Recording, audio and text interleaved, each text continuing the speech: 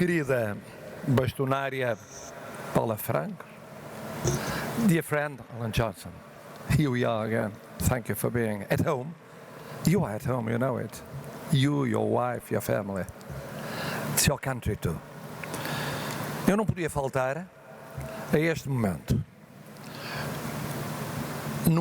Na ocasião mais improvável, tendo tido de manhã, durante toda a manhã, uma sessão na Assembleia da República com a intervenção de todos os partidos, do Presidente e a minha, e partindo daqui a 2 horas para Nova Iorque, para seguir para a Califórnia, numa longa viagem, para visitar as nossas comunidades. Só mesmo a bastonária Paula Franco é que me convencia, no intervalo, no caminho para o aeroporto, fazer um desvio, parar aqui para vos dar um abraço. Mas há outras razões. Ela é uma razão muito poderosa, porque telefona várias vezes por dia, envia mensagens várias vezes por hora e é uma força da natureza. Mas há mais razões. A primeira razão é de que desde que me conheci-vos, fazem parte da minha vida. Fizeram parte da minha vida quando tive cargos na universidade, em entidades públicas, em que precisei do vosso contributo.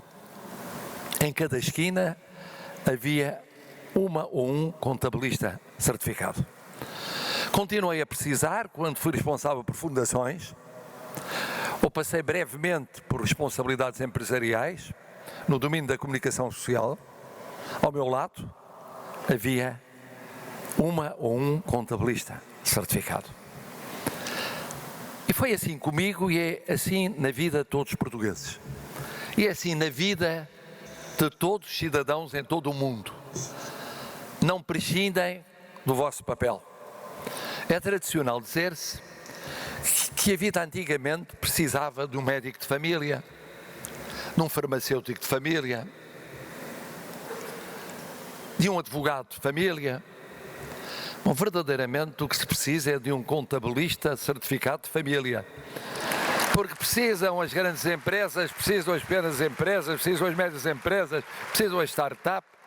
Precisamos todos nós. Fazem parte da nossa família. Mais do que isso, controlam a nossa família.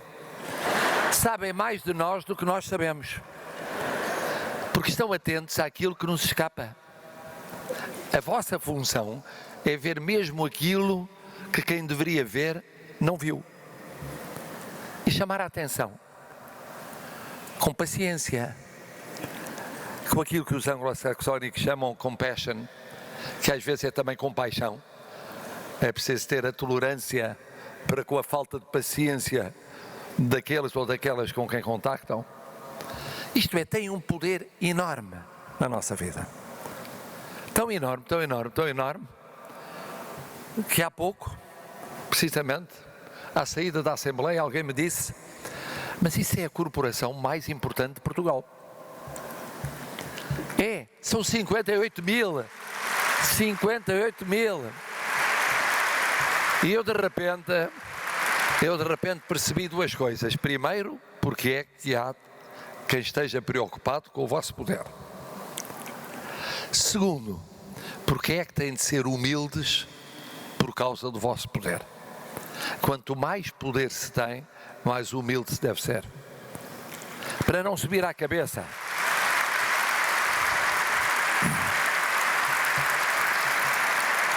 Tem de ser o vosso segredo. E ao entrar aqui, um bocadinho antes da hora, para ter a certeza que não perco o avião, o que seria, aliás, ótimo, perder o avião por causa do 7º Congresso dos Contabilistas Certificados. Seria algo de inédito na minha vida. Encontrei este magnífico espetáculo do Paulo Magalhães. Mas o espetáculo, que termina, aliás, com o vosso papel na galáxia, é muito prospectivo, mas quer dizer o seguinte, que desde que a humanidade se conhece com algum rigor, existem. e até ao fim dos tempos existirão. Portanto, é a notícia a dar àqueles que um dia pensem poder prescindir de vós. Não vai ser possível. Não vai ser possível. Não vai ser possível. Estarão presentes sempre. Mas eu também queria estar aqui para vos agradecer. Agradecer o papel desta ordem. Como nasceu? Já havia uma classe profissional, mas era preciso dar-lhe um estatuto à medida dessa classe. E foram passos acelerados. 99, 2015. E agora, mais recentemente, com o relato não financeiro, a começar nas grandes empresas, grandes instituições, no fundo, em muito pouco tempo, reforçaram agora já não um poder pessoal, individual, mas um poder institucional, que é uma grande responsabilidade. Mas eu queria agradecer-vos mais o vosso papel durante a pandemia. Durante a pandemia foi heroico ser-se contabilista certificado. Foi heroico ser-se cidadão. Foi heroico ser-se pessoa.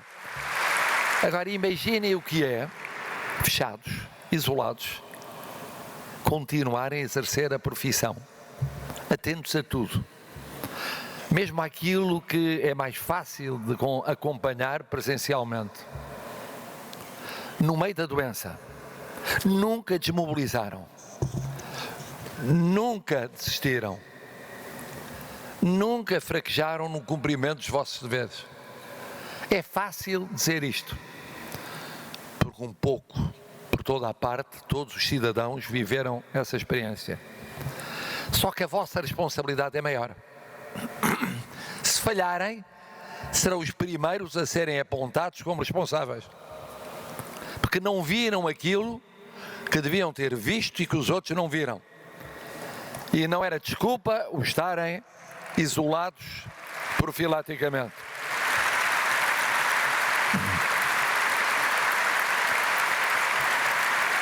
Eu tinha que aqui estar por estas razões todas e também por esta gratidão. Mas tinha de aqui estar porque o vosso papel agora é ainda mais amplo, mais vasto, mais exigente, mais difícil, mais complexo, mas mais fundamental para a vida de todas as sociedades. Eu comecei a minha carreira profissional na Inspeção-Geral de Finanças e logo aí também conheci, em algumas esquinas, contabilistas certificados, para usar a terminologia de hoje. Eram, aliás, mais do que os juristas. Mas na altura tratava-se de fazer relatos financeiros. Tratava-se de olhar para a vida financeira das instituições. Agora é mais difícil. Agora é olhar para toda a vida das instituições. Porque a sustentabilidade quer dizer toda a vida das instituições. Claro que a sustentabilidade é a sustentabilidade ambiental, em primeiro lugar. E daí, muito bem, Alan Johnson ter chamado a atenção para que 2030 é amanhã. 2050 é depois de amanhã. E nós que estamos avançados em Portugal em tantos domínios desta sustentabilidade, porque temos, graças a um acordo implícito de regime, que continuou de governo para governo, 60% de renováveis, vamos ter de chegar a 80% de renováveis em 2030. E temos de descarbonizar a um ritmo superior ao da União Europeia e superior ao do mundo. Temos de antecipar. Se não tivéssemos antecipado nas renováveis, hoje estávamos mais dependentes, mais aflitos ainda, numa situação ainda mais fraca do que aquela que podemos ter e que outros têm, mais fortes do que nós. Começaram mais tarde, arriscaram mais tarde, ou vão ter de arriscar agora. A sustentabilidade ambiental passa a ser uma das vossas responsabilidades, como cidadãos, como pessoas, como contabilistas certificados. Vão ter de aprender a lidar com essa realidade que vai sendo mais complexa e mais acelerada. Têm de detectar e de apontar e de sugerir e de propor e de acompanhar e de fazer pedagogia, começando pelo mais fácil, as grandes instituições, caminhando depois para as médias e para as pequenas e para as micro, que são a maioria esmagadora do tecido económico e social no nosso país e em muitos países do mundo. E aí é preciso explicar tudo. Porque é que tem de haver uma mudança de vida? Têm de ser os pedagogos da mudança de vida. Aqueles que esclarecem, aqueles que iluminam, aqueles que antecipam, aqueles que provocam. Porque a mudança, para muitos e muitas, será uma revolução. Terão de ser arautos dessa revolução. Mas a sustentabilidade é mais do que isso. A sustentabilidade passa pela responsabilidade social. O ambiente, como as finanças, são inseparáveis da componente social da vida das empresas e outras instituições.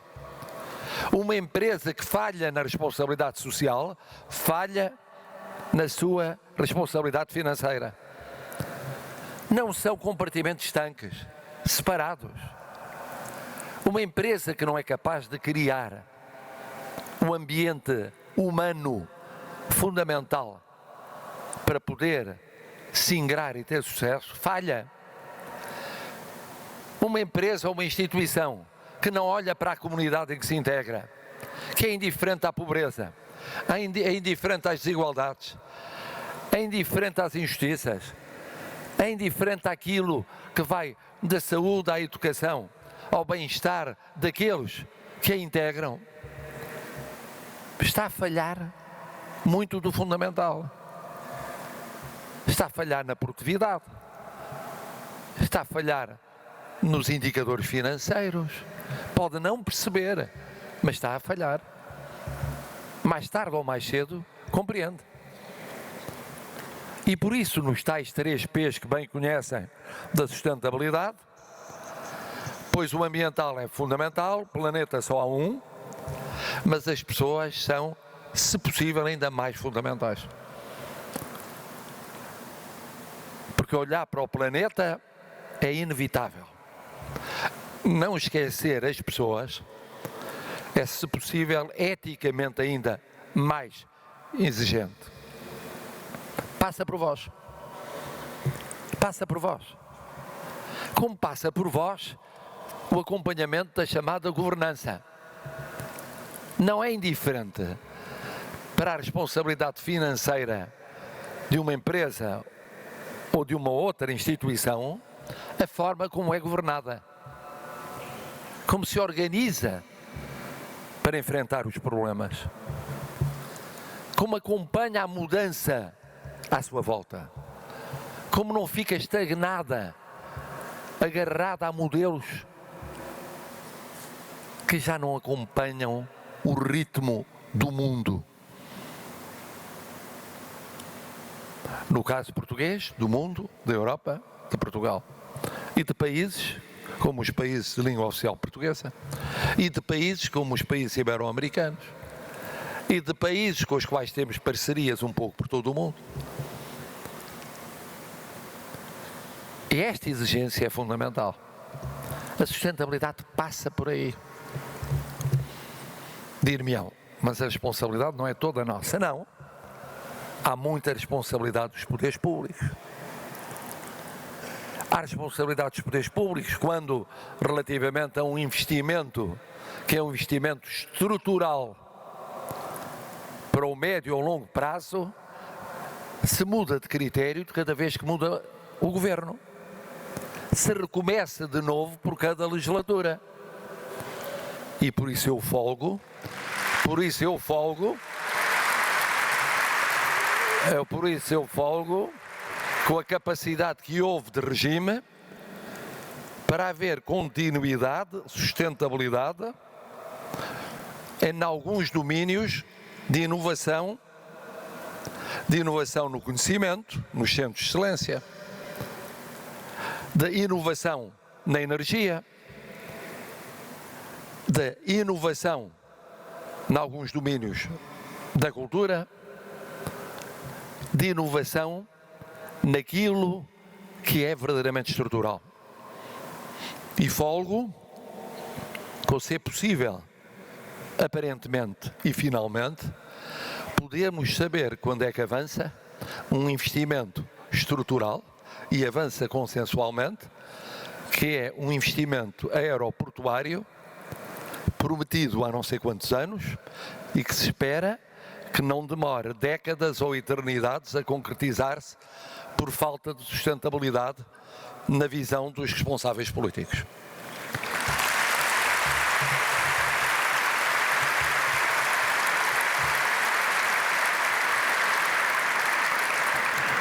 E o mesmo se diga naquilo que a sustentabilidade exige de estabilidade de compromissos. É muito importante que as pessoas percebam quais são os dados fundamentais do seu futuro. Já basta haver imprevisibilidade das pandemias, a imprevisibilidade das guerras e dos seus efeitos. Naquilo que dependa de cada qual, deve tudo fazer-se para reduzir a imprevisibilidade. Tudo. Garantindo o máximo de estabilidade, que não seja estagnação. A estabilidade é um valor de sustentabilidade, mas não pode ser um alibi para a estagnação. E ao mesmo tempo, olhando para a responsabilidade social, que passa pela participação das pessoas. As pessoas, para participarem, têm de perceber aquilo que se pede delas. Vivemos um momento muito difícil. Pandemia, pós-pandemia, pandemia que continua em alguns países do mundo, guerra que não é localizada, é global nos efeitos.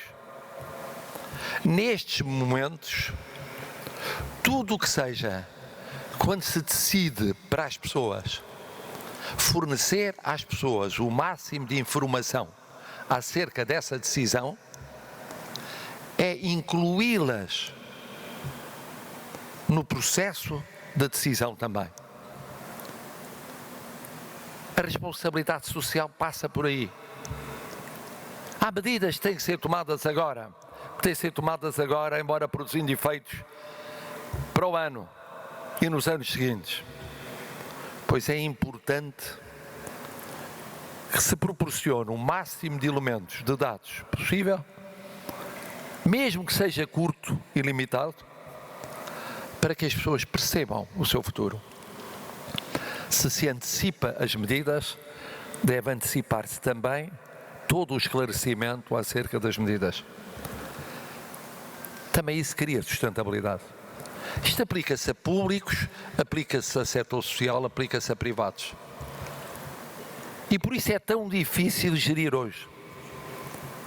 Gerir hoje não é gerir para metas de curto prazo, para metas apenas económicas ou financeiras. É gerir para metas socialmente relevantes. É gerir para metas ambientalmente relevantes. É gerir para as pessoas, pelas pessoas e com as pessoas. E o vosso papel ingrato, não é só o vosso, é de todos os cidadãos, mas o vosso é o de, com a autoridade que é a única que têm, irem para além da análise financeira. irem também mais para a análise ecológico-ambiental, a irem também e mais para a análise pessoal, social. Porque é o somatório dessas análises que permite o retrato da vida de uma empresa ou de uma instituição. Ela não vive às fatias. Tudo está ligado nela. Pode ser a melhor gestão financeira se fraquejar no plano ecológico ou no plano pessoal, falhou. Pode ser visionária no plano ambiental se ignorar a componente pessoal e exigência financeira, falhou. Se olhar para a dimensão social, mas ignorar a financeira e a ambiental, falhou. Dir-me-ão, isso é um problema de quem gera. Não, é um problema vosso também. Eu imagino porque sou professor. E o professor é um pouco isso também. O bom professor acompanha a vida dos seus alunos e discípulos. Toda ela. Não é acompanhar apenas um ponto, uma aula, uma parte do percurso. Não é acompanhar as pessoas, na medida do possível, para compreendê-las. E a responsabilidade do professor é imensa. A vossa responsabilidade é equiparável. Porque tem uma posição de acompanhamento, de controle, de supervisão, de sugestão, de proposta. Quantas vezes não se perguntarão, como eu me perguntava em relação aos meus alunos, eu devia ter dito alguma coisa e não disse? Eu devia ter antevisto esta situação e acabei por não o fazer?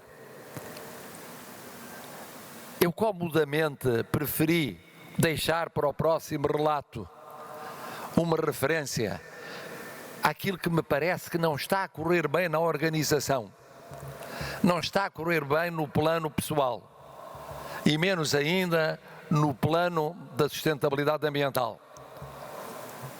Mas apesar de tudo era um desvio ao fundamental da minha responsabilidade.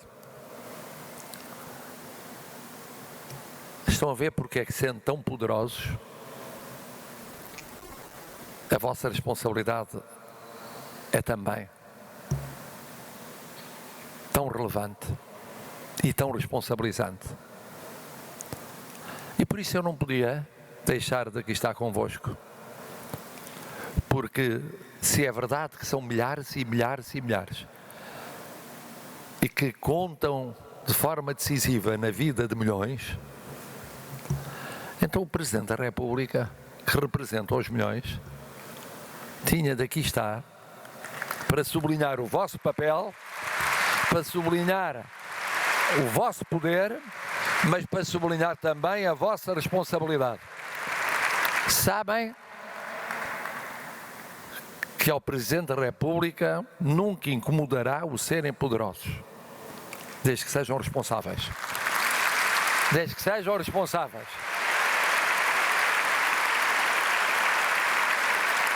Pode incomodar a outros, não ao Presidente da República, mas sejam humildes e responsáveis.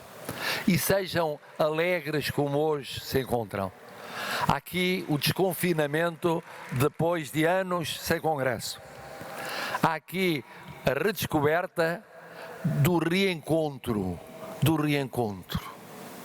reencontrar companheiros de profissão, colegas de percurso, amigos, gente que teve de viver anos mais sozinha e quer voltar a viver de forma mais coletiva. Muito obrigado a todas vós e a todos vós. Um Portugal melhor passa pelo vosso futuro. Muito obrigado.